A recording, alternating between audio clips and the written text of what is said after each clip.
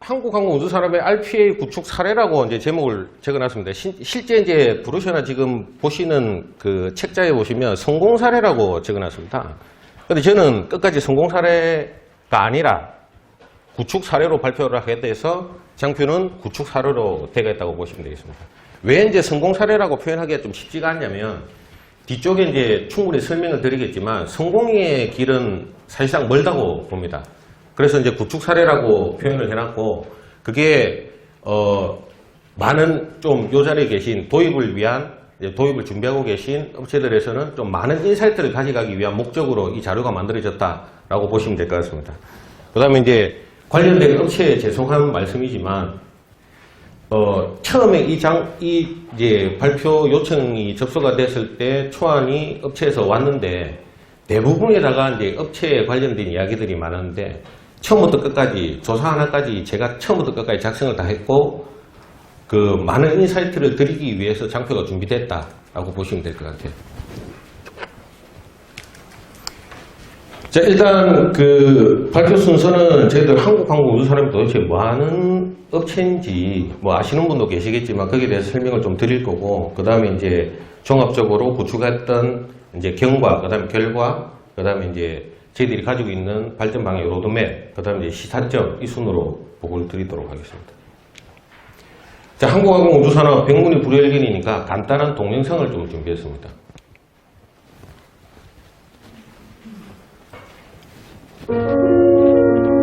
우리는 꿈꾸지 않습니다. 꿈을 실현시킵니다. 우리는 상상하지 않습니다. 상상을 뛰어넘습니다.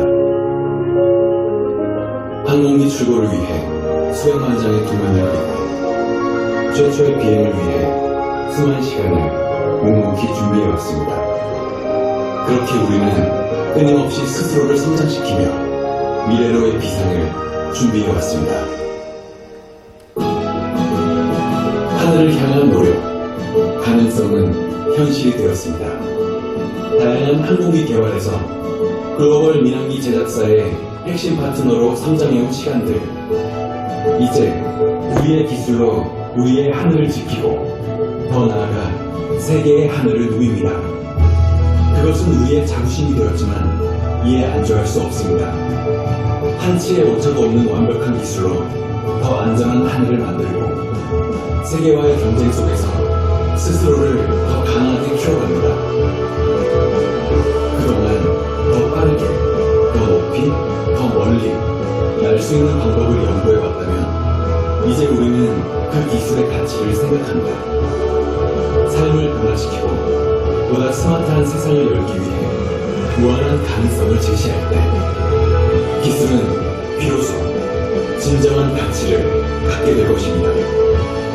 열정과 기술이 만나 시간과 공간의 제약을 넘어서고 상상력과 현실이 만나 미래의 하늘이 될 수 있도록 당신이 꿈꿔온 하늘을 우리가 만들어갑니다.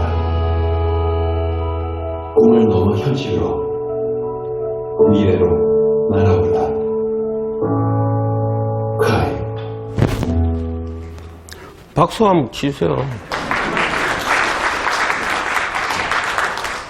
회사 광고하러 온 건 아니고요. 이런 업체가 있다, 국내에도. 그건 좀 알아주셨으면 좋겠고, 국내 유일의 항공기 체계 종합업체입니다. 그 말은 항공기 이제 개발부터 시작해서 이제 설계, 그 다음 생산, 그 다음 후속 지원까지 모든 것을 다 수행을 하고 있고요. 그 외에 이제 개조 개발, 그 다음에 이제 항공기 MRO 훈련 체계, 우주 사업까지. 앞서 보셨던 동영상에 KPX 비행기를 제외한 나머지는 실질적으로 저희들 공장에서 만들고 운영을 하고 있는 이런 상태가 되겠습니다. 그래서 카이는 지금 19년 기준으로 한 3조 정도의 매출을 하고 있고 한 직원은 한 5,000명 정도 되는 규모입니다. 예, 간단히 설명을 마치고요. 회사 소개를 마치고 인트로덕션이라고 이제 정의를 해놨는데 앞서 말씀드렸다시피 성공 사례가 아닌 사례에 대한 내용이고 저희들이 이 자리에 오신 분들이 뭔가를 얻어가야 된다는 목적 하에 좀 정의를 먼저 하고 이 발표에 대한 정의를 먼저 하고 가고자 인트로를 좀 넣었습니다. 인트로의 이제 목적론적인 정의는 인사이트 투 인사입니다. 저희들이 이미 경험으로 겪었던 이제 그 모든 이제 경과라든지 과정, 그 다음에 이제 결과물에 대한 내용을 설명을 드리고 지금 현재 RPA를 구축을 하고 도입을 검토하고 운영을 준비 중이신 분들한테 또 다른 인사이트를 드리면서 그게 서로가 교류가 되고 공유가 되면서 선순환 구조를 가졌으면 좋겠다라는 그 때문에 인사이트 투 인사이트로 목적을 정하고 거기에 맞게끔 장표를 준비했다라고 보시면 될 것 같습니다. 자, 그러면 이제 본격적으로 이제 카이 RPA 프로젝트에 대해서 말씀드릴 건데, 첫 번째 이제 RPA는 앞서 이제 이경희 이사님부터 시작해서 아마 오전 시간에 많은 분들이 이야기를 하셨을 겁니다. 저희들 카이도 마찬가지로 여기에 이제 있는 내외부 환경에 이제 좀 대응을 하고자 RPA를 검토를 했고요. RPA를 주로 이제 이야기를 하는 게 뭐 스피드하게 해서 생산성을 향상시키고, 그 다음에 스마트하게 해서 뭐 업무 효율화를 시키고, 그걸 가지고 또 다른 부가가치를 창출하자라는 목적을 가지고 분명히 하는 것은 맞습니다. 카이도 당연히 이 논리에 혹해가지고 RPA를 검토를 하게 됐어요. 그런데 저희들은 그냥 하지는 않았습니다. 그러면 일반적으로 뭐 RPA뿐만이 아니라 다른 솔루션도 마찬가지인데 도입을 해놓고 사장되는 경우가 워낙 많습니다. 저는 이제 한 그 17년 정도를 구매 업무를 하다가 한 4, 5년 정도부터 이제 IT 업무를 하게 됐는데, 구매하면서 사줬던 솔루션부터 시작해서 소프트웨어가 상당한데 실제 쓰지도 않고 사장되는 게 어마무시하게 많다는 거죠. 근데 그거를 답습하고 싶은 생각은 전혀 없었죠. 그래서 철저한 효과 검증 단계를 거쳤습니다. 그냥 효과 검증을 단순하게 한 게 아니고 국내의 사례를 중심으로 해서 사례 조사를 충분히 했고요. 그 다음에 실패를 했던 요인, 그 다음에 성공을 했던 포인트들을 저희들이 스타디를 하게 됐습니다. 그 다음에 여기 아마 삼성분 S사도 와가 계시고 뭐 다른 S사도 와가 계신 걸로 알고 있는데 저희들이 벤치마킹을 다녔어요. 이미 국내에 도입한 RPA 업체들에 대해서. 그 다음에 국내 뭐 접근하기 쉬운 국내 솔루션에 대해서 저희들이 실질적으로 테스트를 하고 파일럿 과제를 개발을 했습니다. 그거를 실제 한 3개월 정도 운영을 하고 이게 정량적인 효과가 분명히 있구나 라는 걸 저희들이 몸소 느꼈죠. 그 유리 6개 과제를 저희들이 실질적으로 파일럿으로 개발을 해서 운영을 했고, 시간 기준으로 휴먼과 봇의 시간 기준으로만 76%의 효과를 봤습니다. 저희들이 한 50% 미만 정도의 효과면 아예 트라이도 안 했을 걸로 실제 생각이 들지만 76%라는 좀 과감한 효과가 이제 확인이 됐기 때문에 RPA를 한번 해보자 라고 해서 거기에 대한 비용적인 측면부터 시작해서 이제 디지털화를 해야 됩니다라는 킥인 과제로 RPA를 선정을 하고 임원분께 보고를 드리고 전사적인 홍보를 하기 시작했습니다. 전사적인 홍보는 앞서 이제 에코에서도 말씀드렸다시피 왜 중요하냐는 아무리 강조해도 부족하지 않습니다. 홍보는. 전사적으로 확대를 하기 위해서는 홍보밖에는 답이 없고요. 그 하는 방법도 뒤쪽에 좀 설명을 드리겠지만 저희들은 실단위 기준으로 조직 단위를 찾아다니면서 실질적으로 설명도 하고 구현된 파일럿 과제를 보여주기까지도 했습니다. 그래서 저희들은 327개에 대한 과제 풀을 확보를 했습니다. 근데 단순하게 과제 풀을 확보한 것이 아니고 뭐를 하겠다라는 게 아니고 어떤 프로세스로 일을 하면서 몇 시간이 걸리는데 어느 정도의 효과가 있을 겁니다. 왜? 76%라는 우리가 사례가 있기 때문에 이거를 가지고 실제 임원분들한테 보고를 하고 어려운 투자를 이끌어내면서 RPA 프로젝트를 하게 된 거죠. 근데 RPA 프로젝트도 그냥 착수한 게 아니고 여기 보시다시피 RPA 플랫폼에 대한 기본적인 컨셉을 가지고 갔습니다. 저희들은 이제 뒤쪽에 이야기가 있겠지만 중앙 통제형으로 저는 부르는데 중앙 집중형으로 하고 뭐 아마 앞에 에코에서 이야기한 그런 컨셉을 저희들이 가지고 그 다음에 효과 중심의 100대 과제를 공격적으로 하겠다. 그 다음에 RPA 발전 로드맵을 수립을 해서 실질적인 프로젝트를 시작하게 됐습니다. 근데 저희들이 지금 RPA를 100개를 운영하고 있다라고 하는데 이게 이제 체감적으로 안 와닿죠. 저희들이 RPA를 실제 구축하기 시작한 거는 작년 6월이거든요. 실제 1년이 안 돼가지고 100개를 구축했다라고 보시면 되고 그게 안정적으로 운영이 되고 있다라는 걸 보시면 아마 뭐 나쁜 사례는 아니지 않나 이런 생각이 듭니다. 그래서 저희들이 프로젝트를 하면서 앞서 말씀드린 대로 기본적으로 목표 100개라는 목표, 양적인 성장을 무조건 달성하겠다는 목표를 가지고 그 다음에 포탈을 중앙통제형을 운영하기 위해서 운영과 관리에 대한 효과성을 위해서 포탈을 구축을 한다라는 컨셉을 가지고 이게 도대체 RPA는 그냥 단순하게 그냥 과제 개발만 그치는 게 아니고 앞으로 어떻게 발전을 시켜나가고 카이의 디지털 전략에 맞게끔 갈 거냐, 아니면 ISP 전략에 맞게끔 갖고 갈 거냐라는 이제 발전 로드맵을 수립을 하고 이 프로젝트를 진행을 했다. 그 말은 앞서 다시 이제 앞서서 또 설명을 드렸겠지만 그냥 한 게 아니고 많은 사전의 준비 작업을 거치고 진행을 한 프로젝트다라고 보시면 될 것 같습니다. 그래서 이제 RPA 이제 구축 결과를 하나하나 설명을 드릴 건데요. 크게 두 가지가 있습니다. RPA를 구축한 내용, 그 다음에 RPA에 대한 포탈에 대한 내용. 이 용도가 조금 다르긴 하지만 전반적으로 그 현황을 보여드리도록 하겠습니다. 근데 이제 책자에 보니까 준비된 자료가 많이 없더라고요. 왜냐면 그냥 발표 자료 때 뭐 보여드리겠다는데 언제든지 벤치마킹은 환영하겠습니다.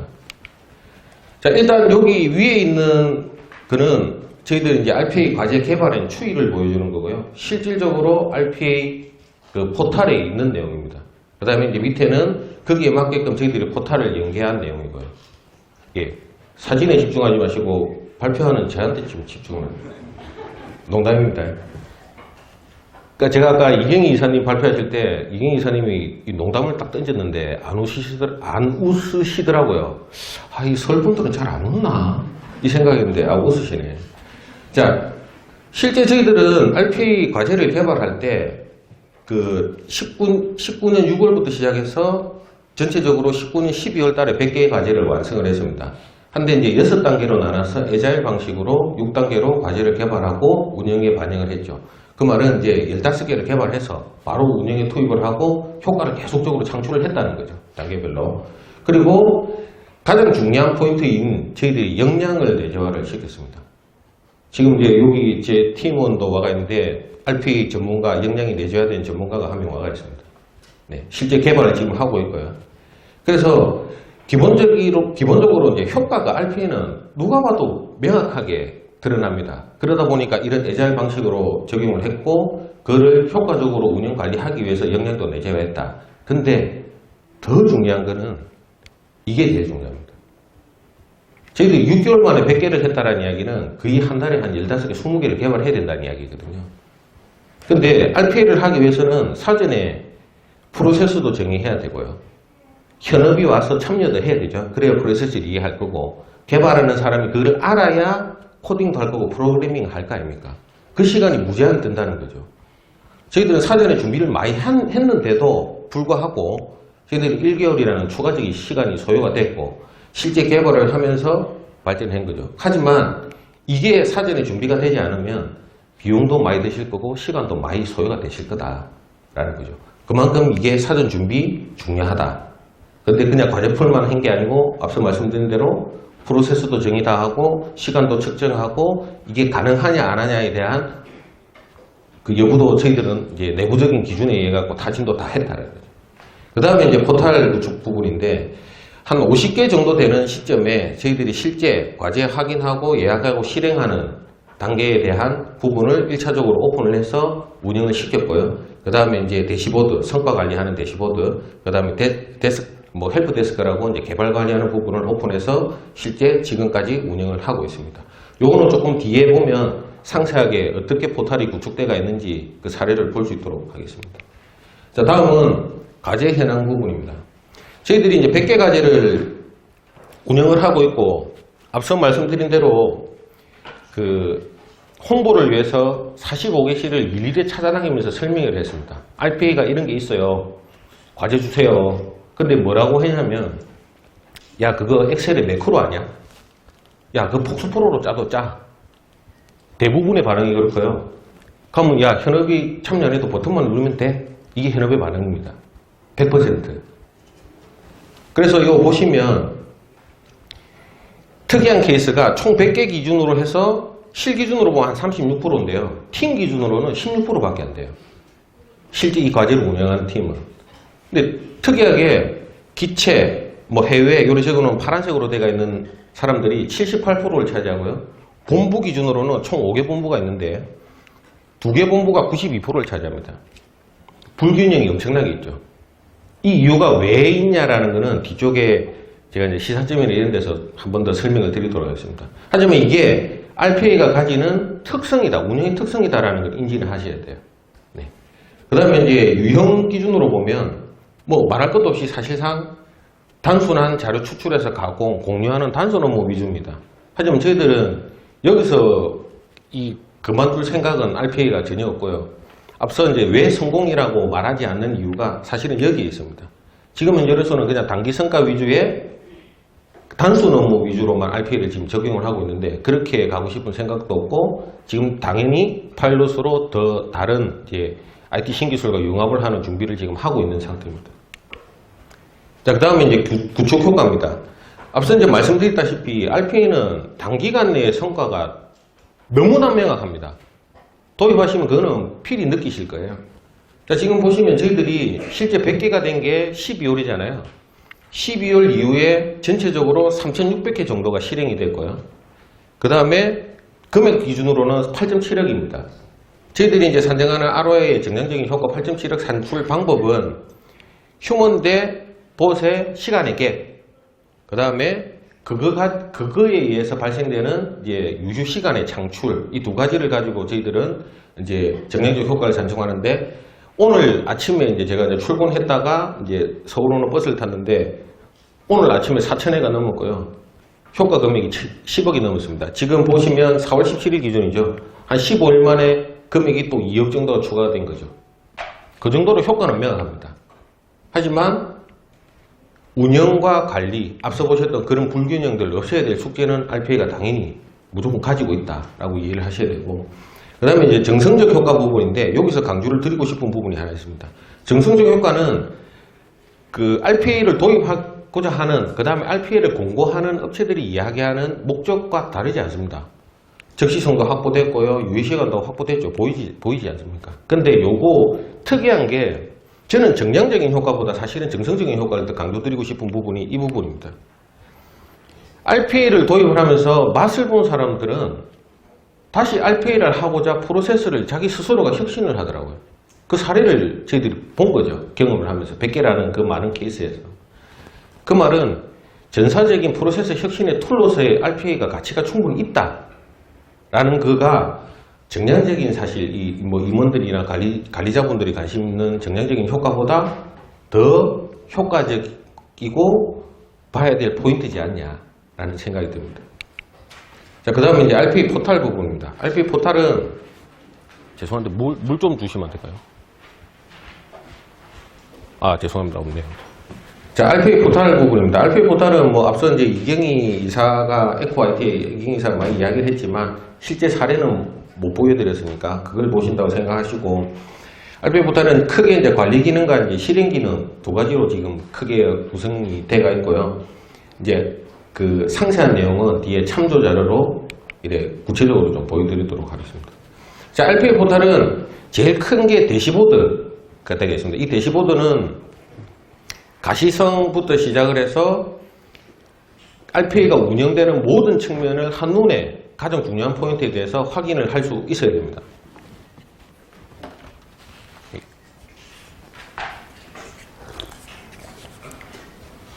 사진 찍을 시간 드린다고 지금 제가 물을 먹었습니다.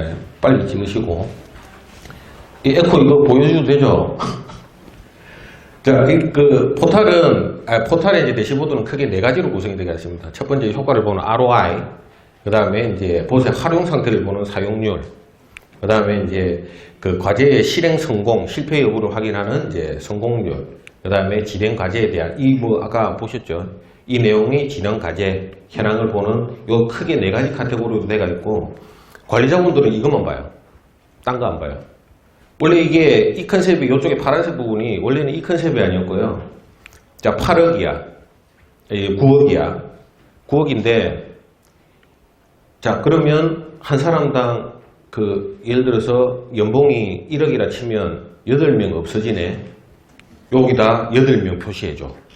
이게 관리자분들이 보는 포인트예요. 인력의 재배치 없습니다. 사람 빼라고 합니다. 임원들은 부추로. 근데 이제 저희들은 효과 기준으로 가시죠 라고 해서 이렇게 이제 포탈을 주겠고요.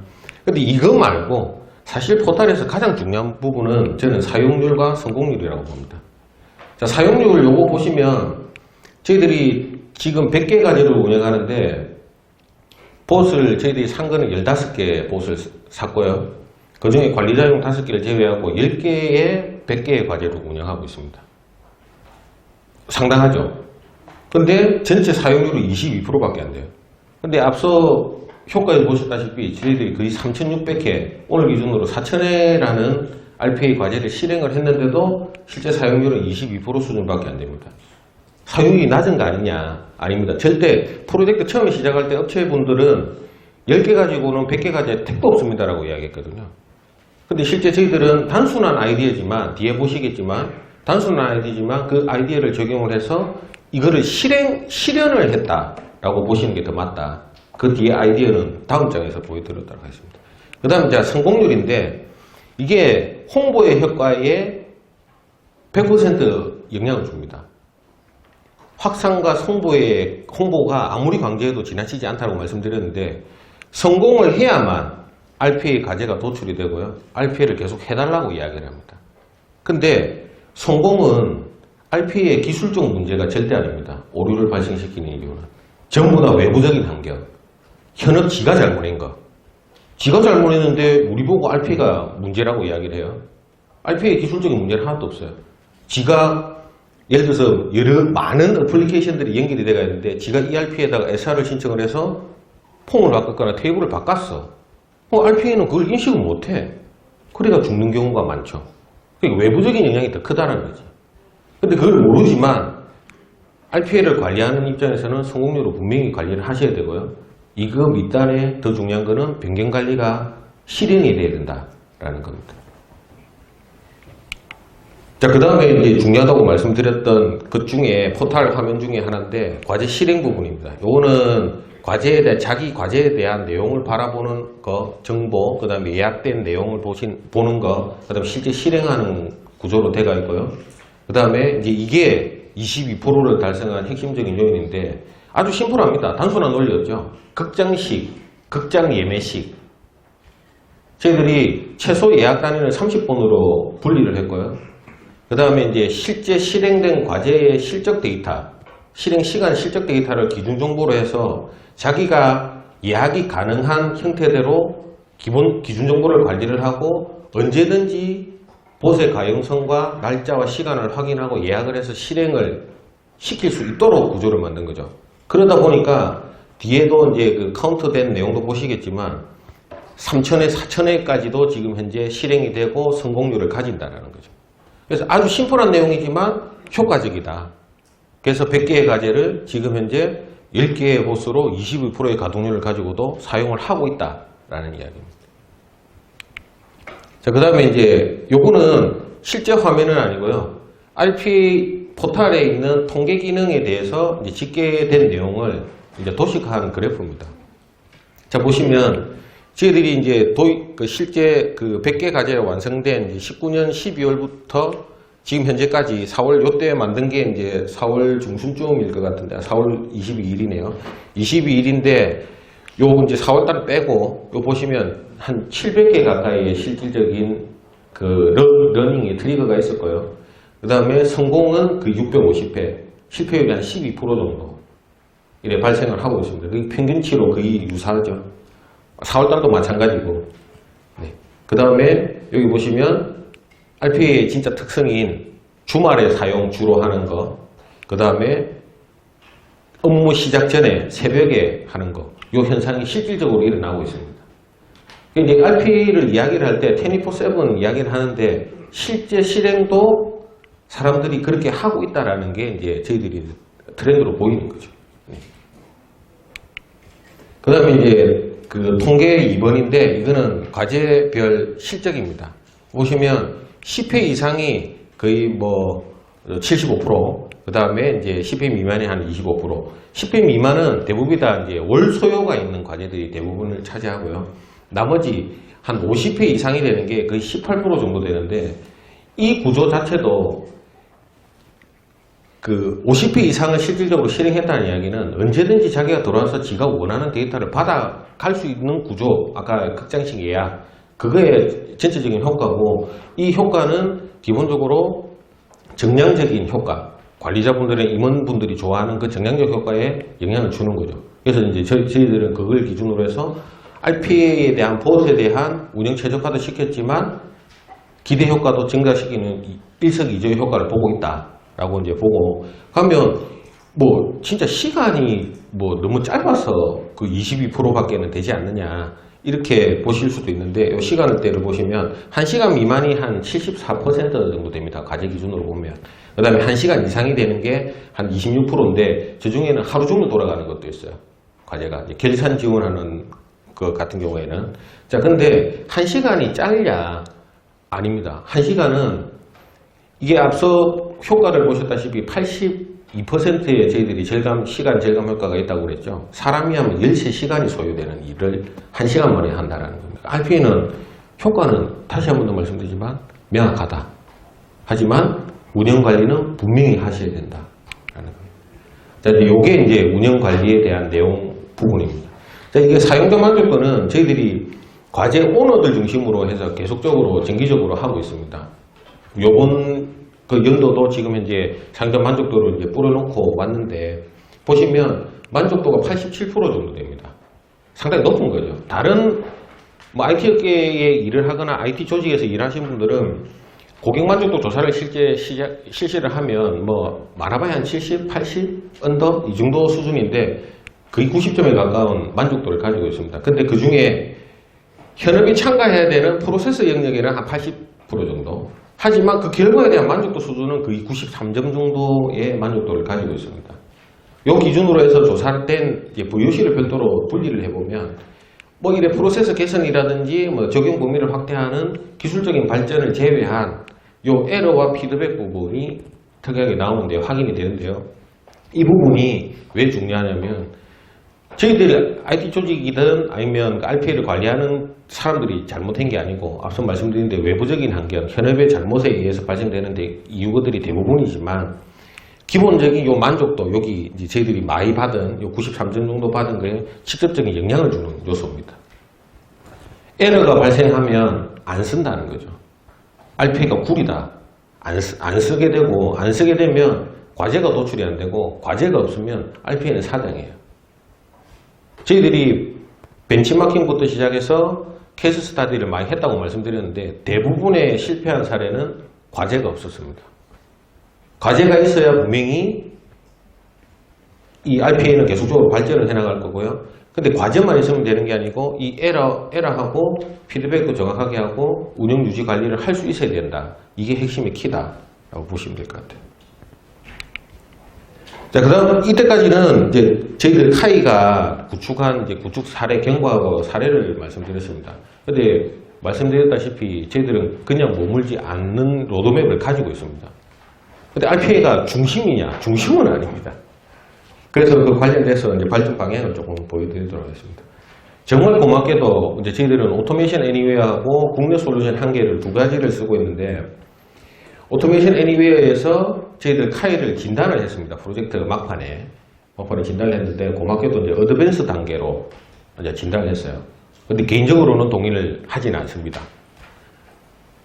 이제 양적인 성장과 그 다음에 RPA 포탈로 의한 가시성을 확보한 거, 보스에 대한 운영 관리가 효율적이다라는 컨셉에서 아마 어드밴스로 진단을 한 것 같은데, 하지만 저희들은 여기 단계에서 뭐 멈추지 않고 기본적으로 AA에서 이야기하는 머추얼 단계가 목표는 아니지만 양적인 성장을 당연지사 추가적으로 해야 되고 질적인 성장까지도 저희들은 하려고 하는 로드맵을 가지고 있다. 그럼 보면 이제 RPA를 앞서 이경희 이사도 이야기를 했습니다. 너무 중복되는 내용이 많아가지고 조금 짜증은 하지만 다시 한 번 더 강조를 드리면 RPA는 그냥 가는 게 아니고요. 처음에는 단수 반복을 하다가 다중 업무, 그 다음에 빅데이터와 인공지능을 합해갖고 의사결정을 지원하는 게 최종적인 골이 돼야 됩니다.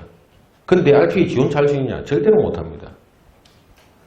그 측면에서 보면 저희들 카이는 양적인 성장은 실질적으로 했지만 실적인 성장은 딱 기본 수준에 머물러 있죠. 이래서 저희들은 성공이라고 말하고 싶은 생각이 없는 거죠. 최소 3단계 정도는 가야 안 되겠습니까?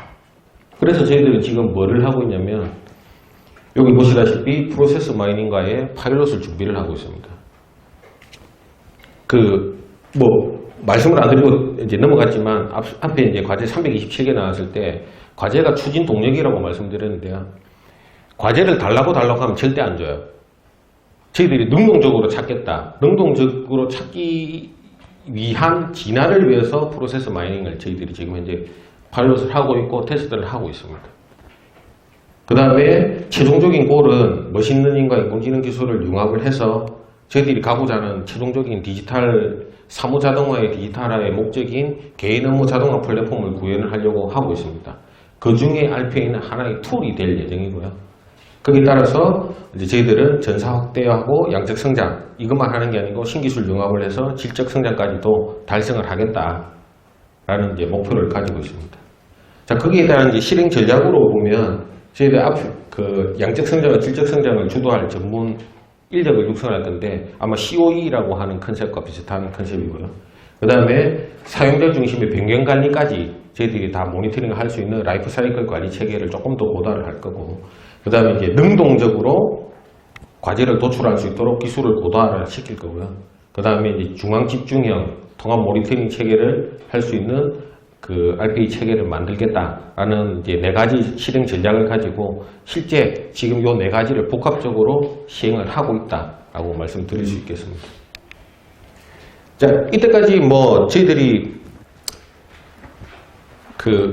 경과부터 시작해 결과, 그 다음에 이제 로드맵을 설명을 드렸지만 거기에서 핵심적인 요소 포인트, 진짜 인사이트를 드리고자 하는 핵심 요소 5가지 정도만 말씀드리고 마무리를 하도록 하겠습니다.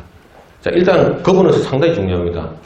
그럼 RPA에 대한 운영 관리를 효율적으로 하고 효과를 극대화시키고 유지를 하면서 거버넌스를 가져갈 수 있는 방법이 뭐냐? 총 5개인데요. 철저하게 준비를 하시고요.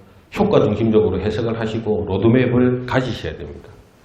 안 가지실 거면 뒷장에 보시는 그 추진 동력을 상실하시고 분명히 실패를 한다. 이거는 카이가 이야기하는 게 아니고요. 타사에 구축된 사례를 봐도 분명히 그렇습니다. 두 번째는 모니터링 필수입니다. 어떻게 돌아가고 있는지, 실행은 잘 되고 있는 건지, 실패는 발생하지 않는지, 실패 요인은 뭔지 라는 모니터링 체계를 분명히 갖추셔야 되고요. 그 다음에 아무리 관계도 지나치지 않는 수동적 요청에서 능동적 발굴로 분명히 전환을 하셔야 된다. 근데 이거는 쉽지가 않죠. 신기술하고 분명히 융합도 돼야 될 거고 조금 더 기술적인 발전이 이루어져야 되고요. 그 다음에 홍보활동 찾아다니시고 발품 파셔야 돼요. 이 RPA 하시려면. 네, 근데 거기서 가장 중요한 핵심 포인트, 이게 키워드입니다. 경험의 확대입니다. 저희들 RPA 처음에 100개의 과제를 할 때 무슨 놈이 어떤 과제를 들고 와도 구현 가능하면 해줘 였습니다. 한 가지 제가 설명 안 드린 부분이 있죠. 아까 불균형이 있었잖아요. 조직에 대한 불균형. 그게 왜 있었냐면 파일럿으로 6개 과제를 저희들이 했댔죠. 제가 이제 관리본부에 있으니까 관리본부 아들이 편하잖아요. 가도 불러갖고 야 과제 내놔봐. 이래가지고 개발해줬거든요. 맛을 본 거야. 또 하는 거지. 우리 해보니까 편하거든. 그러니까 관리본부와 운영본부라는 조직에 집중이 돼가지고 과제가 나오는 거예요. 그러니 홍보활동도 하시고 어떤 과제가 오더라도 해주셔야 된다. 이경이사가 이야기를 했죠. 이걸 내가 던져야 될 멘트인데 자기가 던져버렸어. 기분 나쁘게. 자, 맛집 이야기하면 안 먹어본 사람은 있어도 한 번 먹어본 사람은 어떡하잖아요. 경험 없는 사람이 있어도 한 번 경험해본 사람 없어요. 분명히 다시 찾아옵니다. 왜? 지기 편하거든. 조금만 귀찮으면 되거든요. 그래서 이 부분은 생각을 충분히 하셔야 된다. 그래서 최초에 접근을 하실 때는 분명히 무슨 과제라도 해준다라는 컨셉으로 접근을 하시는 게 이 홍보 효과도 누릴 수 있다라고 말씀드리겠습니다. 자, 이제 마지막 장표 되겠습니다. 자, 저희들이 공부를 해보니까 RPA라는 거는 대부분에다가 실패를 많이 합니다. RPA는 도입을 한 업체는 상당히 많아요. 트라이 한 업체도 많고 한데 저희들이 키워드로 잡았던 거는 양적 성장을 너무 장기화를 가져갔어. 그러다 보니까 이거 한운동 만운동에서 동렬독 산실하고 그러다 보니까 장기 정체되면서 침체되고 RPA가 뭐지? 이래 돼버리는 거죠. 저희들 앞서 3단계로 제가 공부를 많이 했다고 했지만 그 기간은 6개월도 채 안 됩니다. 6개월 동안 몰아쳐서 전략시키고 임원들 설득시키고 투자 금액 얻어서 실행을 했거든요. 최초에는 분명히 도전적인 양적 목표를 가지고 진행을 하시기를 좀 공고를 드리고 단지 거기에 멈추시지 마시고 절대 과제 안 나옵니다. 질적 성장을 같이 하시면서 능동적으로 진행을 하면서 효과를 지속적으로 담보할 수 있도록 가는 게 전략을 수립하시는 게 맞다라는 말씀을 드리고 도입을 준비하시면서 그다음 운영 확대를 하시기 위한 업체들 기준으로 좀 많은 참조가 되셨으면 좋겠다라는 걸로 발표를 마치도록 하겠습니다. 감사합니다.